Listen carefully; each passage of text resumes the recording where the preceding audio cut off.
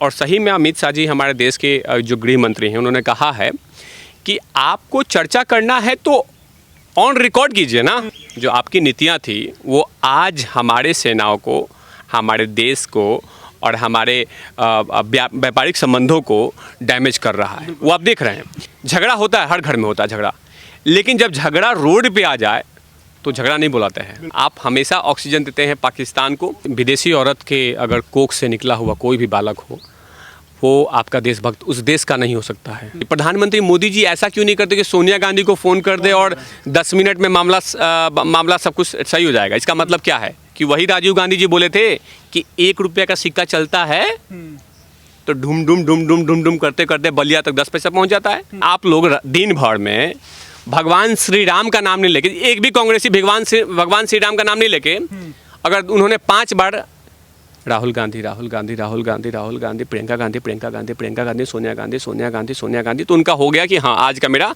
इंदिरा गांधी की पोती हूँ, तो इसलिए मैं यूपी की पोल खोलती रहूंगी। दोस्तों नमस्कार, आज हम बात करेंगे अमित शाह जी के बयान के ऊपर, जो अभी उन्होंने इंटरव्यू दिया और इंटरव्यू में उन्होंने राहुल गांधी को सीधी सीधी चुनौती दी है कि आप आए, पार्लियामेंट में आकर के खुला दरबार है और वहां पर 1962 से लेकर के आज तक की जो भी चर्चाएं हुई हैं और चाहे कुछ भी जैसे डिस्प्यूटेड मामले हैं उन पर आकर के खुली चुनौती के साथ मैं उनका स्वागत करता हूं, आकर के यहां पर बहस करें। खुले मंच पर अगर बहस होती है तो सारी चीज़ें निकल के भी आती हैं, और अगर संसद भवन के अंदर पार्लियामेंट में अगर ये चर्चा होगी तो हर एक बिंदु पर बात होगी और उसको रजिस्टर्ड भी किया जाएगा पार्लियामेंट में, वो इतिहास में भी दर्ज होता है। तो आज इस पर चर्चा करने के लिए हमारे साथ तिवारी भैया हैं, जो आप इनसे बहुत अच्छी तरह से रूबरू हैं। तो तिवारी जी, किस नज़र से देखते हैं अब राहुल गांधी जिस तरीके से चाइना के पक्षधर बन चुके हैं और चाइना की और पाकिस्तान की बिल्कुल उनकी प्रवक्ताओं की तरह बात कर रहे हैं, तो और अगर अमित शाह इस बात की चुनौती देते हैं कि आए पार्लियामेंट में बैठकर चर्चा कर लें, तो क्या लगता है चुनौती स्वीकार करेंगे? देखिए, जिस तरह से लगातार राहुल गांधी के ट्वीट्स चीन को ऑक्सीजन दे रहा है और पाकिस्तान को ऑक्सीजन देता है, उन मौका फरस्तियों लोगों को ऑक्सीजन देता है, वो पूरा भारत जानता है।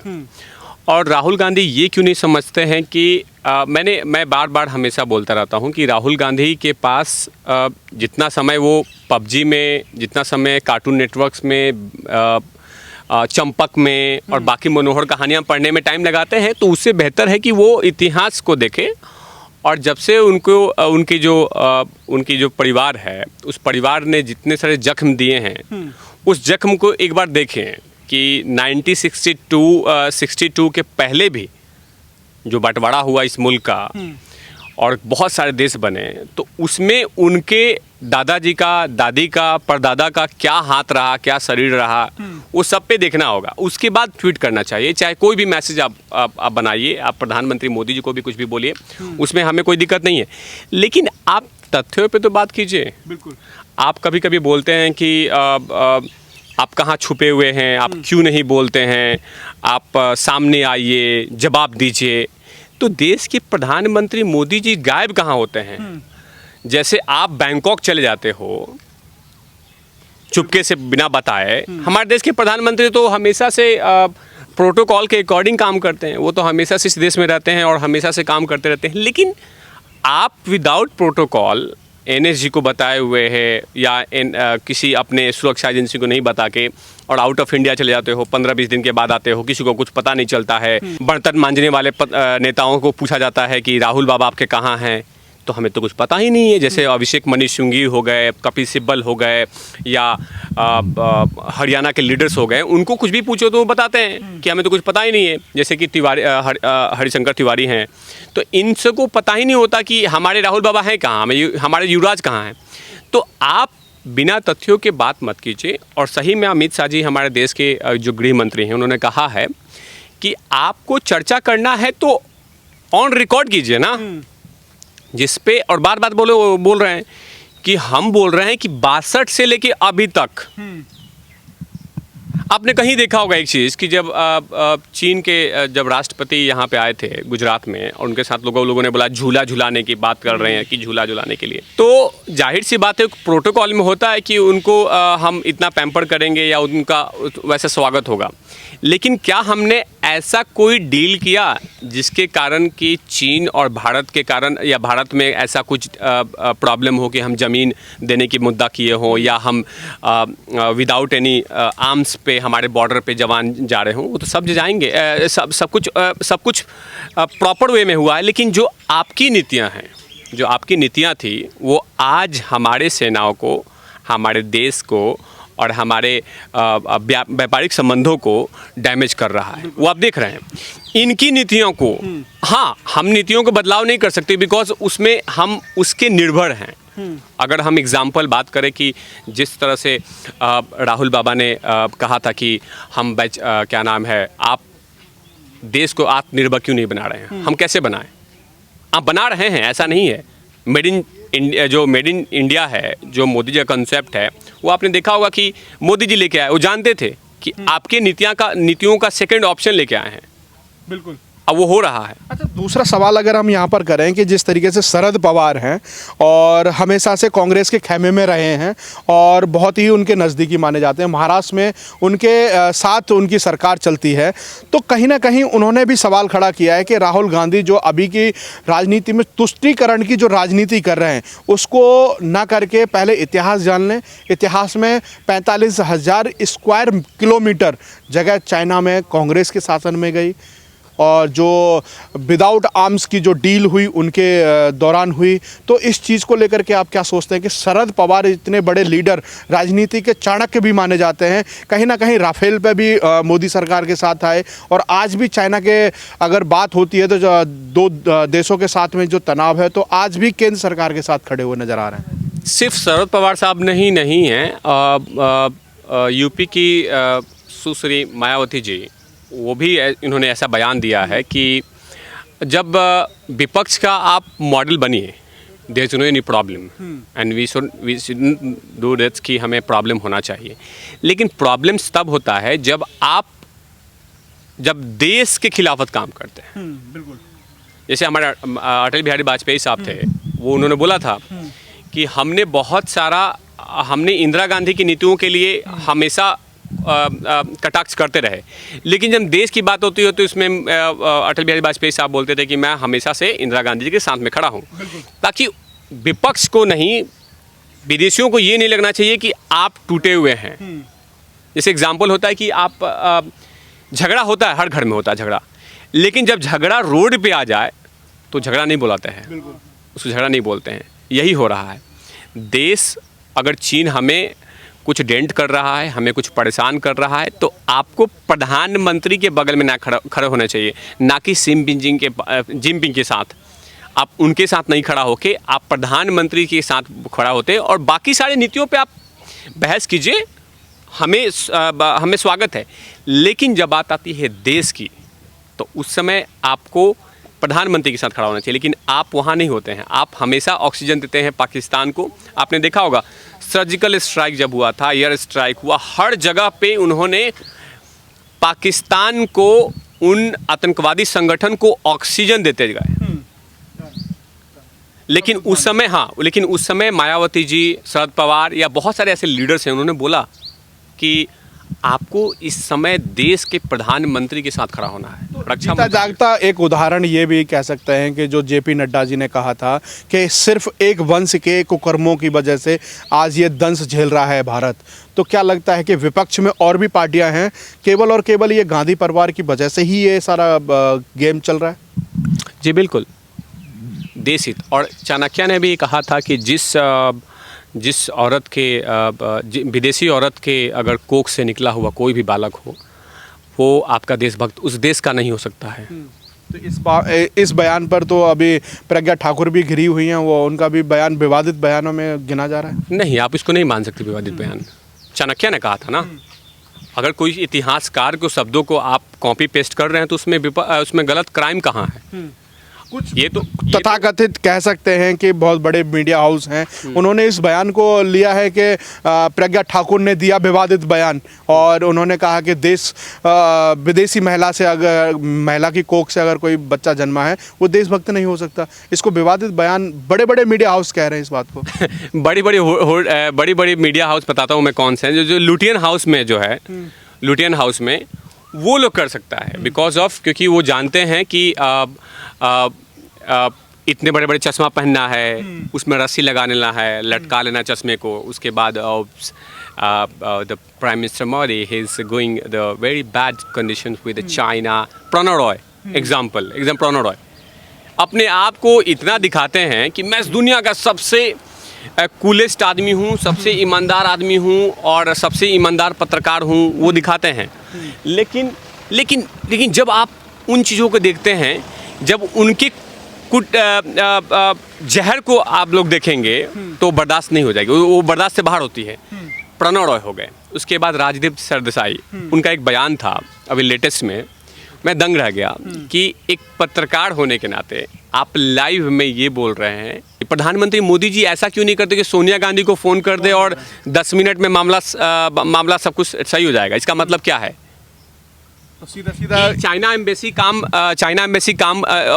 एम्बेसी बंद हो गया है और वहाँ पे 24 अकबर रोड पे काम कर रहा है। दैट्स मीन, यानी कि आप उनके बदले में रिप्रेजेंट कर रहे हैं, तो आप सामने खुल के क्यों नहीं बोलते हैं? तो मेरे ख्याल से किसी पत्रकार ने ये भी सवाल उठाया था कि ये जो राग दरबारी पत्रकार हैं वही डिसाइड करते थे मंत्रालय और मंत्री कौन बनेंगे, तो वो पुराना वाला ख्याल, वो चीज़ें लाइव में निकल के आ रही हैं। बिल्कुल वो देखते नहीं थे कि बड़ी सी विमान जाती थी प्रधानमंत्रियों के साथ, उसमें पार्टी चलता था। अब हुआ क्या है कि विमान के बगल में दूसरा विमान चलने लगा, वो पत्रकारों को अब बोल दिया गया है कि अगर आपको कवर करना है सो यू हैव टू पे the personal amount and go and cover it, simple things. लेकिन वो चीज़ें अब नहीं, अब हो रहा है। अब पहले क्या होता था, मिले सुर मेरा तुम्हारा तो सुर बने हमारा, यानी प्रधानमंत्री भी साथ में थे, मनमोहन सिंह जी, साथ में उनकी जो रिमोट कंट्रोलर हैं इटली की महारानी, वो रायबरेली की महारानी, रायबरेली की कुल देवी वो थी, फिर उनका बेटा, दामाद, ये सब लोग डिसाइड करते थे। देखिए बात है कि इस देश के लिए, इस देश में सबसे इम्पोर्टेंट क्या है, देश हित है ही नहीं। गांधी परिवार के लिए देश है ही नहीं। आप जब भी किसी कांग्रेसी से कुछ पूछेंगे तो वो लोग क्या बोलेगा, मोबाइल किस लिए लेके आया, राजीव गांधी लेके आए। तो ये भी तो बोलो भैया कि वही राजीव गांधी जी बोले थे कि 1 रुपये का सिक्का चलता है तो ढूम ढूम करते करते बलिया तक 10 पैसा पहुंच जाता है। ये क्यों नहीं बोलते हो आप? बिल्कुल आप ये नहीं बोलते हो। आप जब भी कुछ पूछो, टीवी कौन लेके आया, राजीव गांधी। मोबाइल कौन लेके आया, राजीव गांधी। अरे टीवी मोबाइल तो वैसे ही भी आ सकता है। अब तो राजीव गांधी फाउंडेशन के नाम पर भी बहुत बड़ा मोटा गबन हो रहा है। प्रधानमंत्री राहत कोष में जो सरकारी कर्मचारी, आम जनता का जो पैसा है उसको उठा करके फाउंडेशन में डाल दिया गया। देखिए, राजीव गांधी फाउंडेशन में जो पैसा 90 लाख रुपया दिया गया था, उसमें सिर्फ यही अमाउंट नहीं था, ये भी एक सोर्सेज से पता चला। चाइना से आया था, पीएम राहत कोष से तो 100 करोड़ के आसपास अमाउंट है। ये सिर्फ एक छोटा सा होता ना कि इतने बड़े प्रेशर कुकर में छोटा सा चम्मच में सॉल्ट डालने के बराबर है। समस्या सबसे बड़ी बात तो आप देखे ही होंगे कि जब मनमोहन सिंह वित्त मंत्रालय में थे, जब वित्त मंत्री संभाल रहे थे, तो वहाँ से चढ़ावा चढ़ाते जा रहे हैं गांधी परिवार को। वहाँ से ढो के लेके आते मनमोहन सिंह वित्त मंत्रालय से, योजना भवन से, और लाके गांधी परिवार के चरणों में डाल देते हैं। उस समय अब राजीव गांधी थे या जो भी था, उनके चरणों में डालते कि मैम ये रहा चढ़ावा, और ये रहा चढ़ावा, और आज का और इस ड्यूरेशन पीरियड का मेरा आपके पास ये जो दान दक्षिणा है वो है। ये 90 लाख 40 लाख ये तो छोटा मोटा है। ये तो 10 साल का प्रधानमंत्री पद उसी का तोहफा था। सबसे बड़ा तोहफा कहाँ है? अभी सबसे बड़ा जो चढ़ावा है इस देश में वो नेशनल हेराल्ड है, जो पूरा दुनिया जानती है। जो चीज़ टूट गया था, जो चीज़ खत्म हो गया था, उसको किस रास्ते से उसको खड़ा करके उस पैसे को वाइट किया गया, ये पूरा दुनिया जानती है। और आप तो प्रकांड पत्रकार हैं सुशील जी, आपको तो पता ही होगा कि नेशनल हेराल्ड को कैसे किस रास्ते से कैसे कैसे पैसे लाके उसको ठीक किया गया, उसके बाद भी चलता नहीं है। हाँ, अब देखिए धरोहर हो चुका है। धरोहर इसलिए हो चुका है कि उसमें गांधी परिवार का कदम था, नेशनल हेराल्ड में उनका पैर है, किसी का हाथ रहा, किसी का मुंह है वहाँ पे, तो इसीलिए उसको ऑक्सीजन देके अभी खड़ा किया जा रहा है। आज जिस दिन ये क्या नाम है, वायनाड के जो प्रोडक्शन हाउस से निकले हुए जो कार्टून कलाकार हैं, ये जिस दिन ये अगर गए पीछे वापस तो नेशनल हेराल्ड भी ख़त्म हो जाएगा। जिस तरह से कांग्रेस अभी ख़त्म हो रही है, बिकॉज अब देखिए क्या कर सकते हैं आप, किसी चीज़ को आप जितना भी ऑक्सीजन से ऑक्सीजन दे सकते हैं, लेकिन वो ज़्यादा लंबा टाइम तो नहीं चलेगा। अब वही हाल है कांग्रेस का, कोई इधर से ऑक्सीजन लेके आता है, कोई इधर से ऑक्सीजन लेके आता है। जैसे एग्जाम्पल अभी कल देखा, अभिषेक मनु सिंघवी बोल रहे थे कि प्रधानमंत्री मोदी जी ने चाइना का नाम कितना बार ले रखा है, लेकिन इतना तो हमारे देश के प्रधानमंत्री ने लिया। तो उससे क्या मतलब है? उससे क्या मतलब है कि अगर मैं अपनी माँ को दिन भर में माँ नहीं बोलता, इसका मतलब क्या हो कि मेरी माँ नहीं है वो?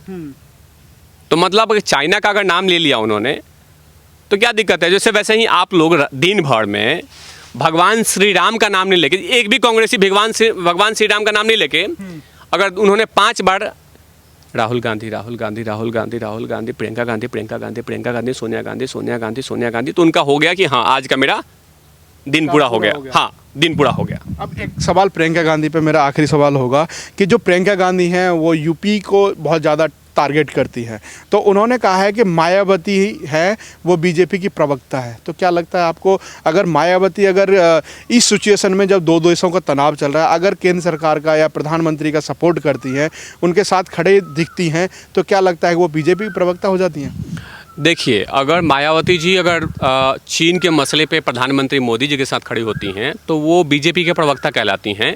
तो आपके चैनल के माध्यम से मैं बोलता हूं कि आपके पतिदेव, आपके दोनों बेटा, आपकी माँ, आपका पापा श्री राजीव गांधी, आपका वो वायनाड प्रोडक्शन हाउस से निकला हुआ कलाकार राहुल गांधी, उसके बाद आपके परदादा, दादा जितने भी हैं, वो सारे स्पोक्स पर्सन तो हैं ही चाइना के, थे, और आप हमेशा से रहेंगे।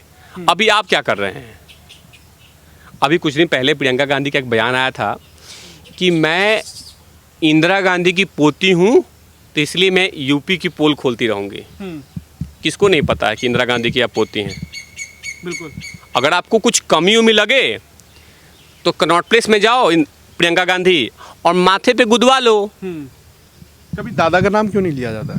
दादा का नाम नहीं लेंगे ना, क्योंकि क्या दिखाता है, एक आपने गाना सुना होगा, तुझ में रब दिखता है यारा मैं क्या करूं, तो बार बार वो क्या बोला जाता है कि इसमें तो इंदिरा गांधी की झलक छपकती है, नाक मिलती है, बाल मिलती है, जब साड़ी पहनती हो तो तुम इंदिरा गांधी की तरह दिखती हो। तो बार बार इंदिरा गांधी को ना, ताकि लगे कि हाँ मैं इंदिरा गांधी जी की, मैं दादी की बुक पढ़ती थी और पढ़ती भी हूँ और मैं उनको फॉलो भी करती हूँ। ताकि देखिए, इंदिरा गांधी को इसलिए क्योंकि इंदिरा गांधी आयरन लेडीज़ की तरह प्रेजेंट किया गया था देश में, तो इसीलिए बार बार बोला जाता है कि आप इंदिरा गांधी की तरह दिखते हैं। और इंदिरा गांधी को इसलिए वो फॉलो करते हैं कि फीमेल हैं तो फीमेल को कॉपी करेंगी। राहुल बाबा जैसे कि राहुल बाबा क्या बोलते हैं, देखो भैया मेरे बाबूजी को मार दिया, देखो भैया मेरे बाबूजी को मार दिया, देखो भैया, तो हमेशा भैया दिखाते रहते हैं। तो ये प्रियंका गांधी ये नहीं बोले कि मैं इंदिरा गांधी की पोती हूँ। अगर उनको कोई कन्फ्यूज़न है तो आधार कार्ड के साथ जाएं, और कनॉट प्लेस में बहुत सारे, दिल्ली के कनॉट प्लेस में बहुत सारे माथे पे गुदवाने वाले लोग हैं, हाथ पे गुदवाने वाले लोग हैं, माथे पे गुदवा ले, ताकि बार बार बताने की ज़रूरत नहीं पड़ेगा।